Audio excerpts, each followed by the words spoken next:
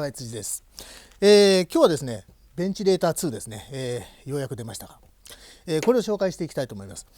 これレスリーの122をモデリングしてるそうなんですね。これね、今ちょうどファーストになってるんですけど、ここファーストのスピード今ここでね切り替えできるんですけど、ゆっくりこんな感じですね。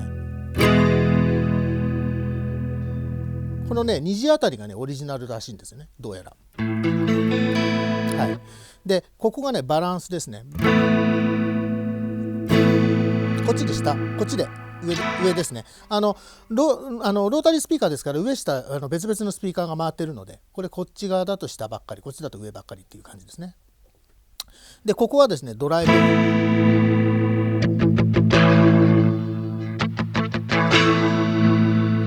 こんな感じですね。右側に回した方がやっぱり太い感じの、ね、ドライブ感のあるサウンドになりますね。でここが、ミックスディストローって書いてありますけど、いわゆるロー側のスピーカーのバランスになりますね。これはこことの兼ね合いありますから、バランス取りながら決めていくと。でこっちがねハイですね。ハイスピーカーですね。こうすると分かりますよね。これだと下が回ってるって感じしますもんね。でこれで上が回ってる感じですね。でこれでスローになると。でここで止められるんですね。はい、ミニベントとかだと両方押さなきゃいけないんですけど、ベンチレーター2だとストップボタンで、いきなり止めることができます。これね結構便利です。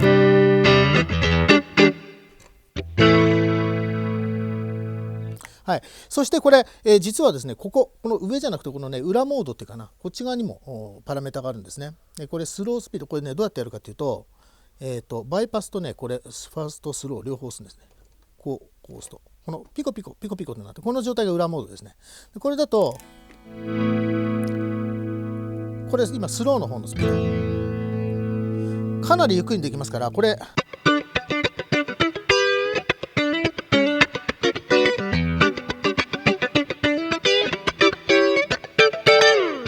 こういうねカッティングなんかに使うとちょっとフェーザーとも、フランジャーとも違う、感じのね独特のこのモジュレーション感得られますね。これね僕すごく好きなんですけど、速いところのちょっとスローモードの速いですよ。スローモードだけどちょっと速め。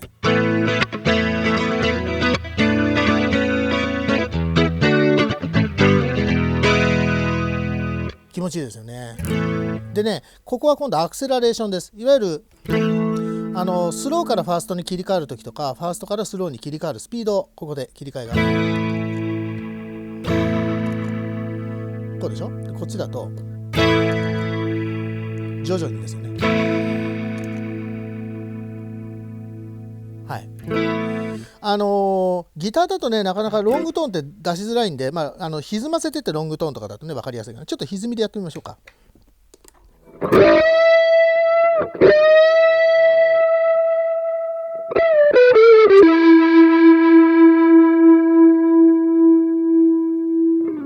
ね、こうやってやればちょっとわかるかな。要はこの速いところから遅いところとか、遅いところから速いところ行くこのニュアンスでね、この演奏の表情付けをすると、ね、そのためのアクセラレーションですね。でここモードですね。モードはねこれ一番左側、これギターモードなんでね、これとこれが両方ギターのモードです。音若干変わるんですよね。これ真ん中にした方のが真ん中がこう中域が出るような感じですね。で右に回すとキーボードのモードになります。今ギターですからね、どっちかですよね。7時っていうか9時とか7時側か12時かってどっちかを選びます。でこれはねリモコン使いたい時、例えばここからフットスイッチやって、例えばギタリストの場合だとね両手塞がってるんで足でもってやりたいでしょ。でこれ大概足のところに置いちゃうと思うんですね、ギタリストの場合は。だけど例えばキーボーディストなんかの場合だと、これキーボードの上に置いてこのつまみいじりたいなんていう時に、このファーストとスローをフットスイッチでもって切り替えができると、そのモードにする時のリモートですね。で最後はこれレベルですよ。はい、こんな感じですね。元に戻るのは両方また押します。ドン。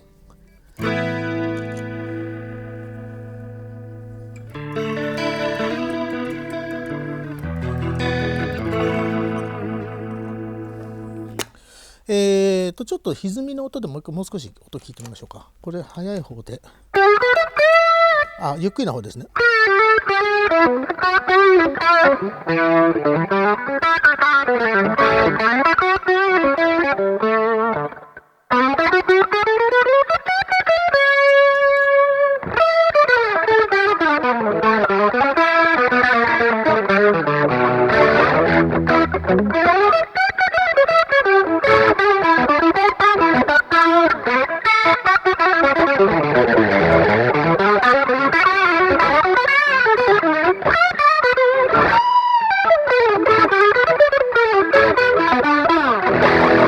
こんな感じですね。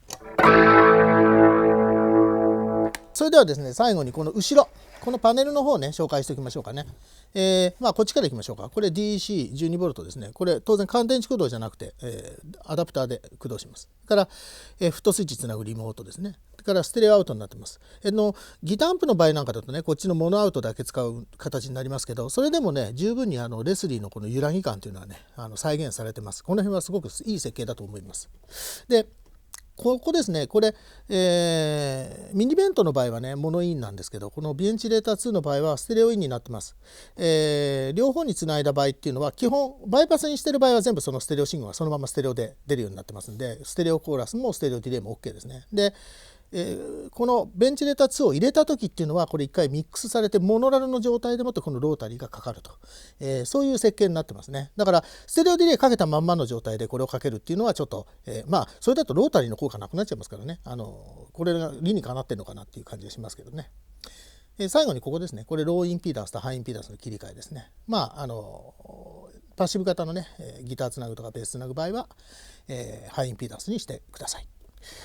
大体そんな感じですけれども、ミニベントの方はね、もうプリセットでもってこう使っていくんですごく簡単なんですけど、音作り自分でもって結構細かくやりたいとか、曲ごとにセッティング変えたいとか、途中でもってこう少しいじりたいんだなんていう人なんかにはね、やっぱりこちらの方のが絶対フレキシブルな設計になってますので、こっちおすすめですね。でこれも店頭でぜひね一回使ってみてください。ギター自分でもってつないで弾いてみるとその良さが多分わかると思います。特にこのスローのね、このモジュレーション系私は超おすすめですので、ぜひぜひ、一度音を確かめてみてください。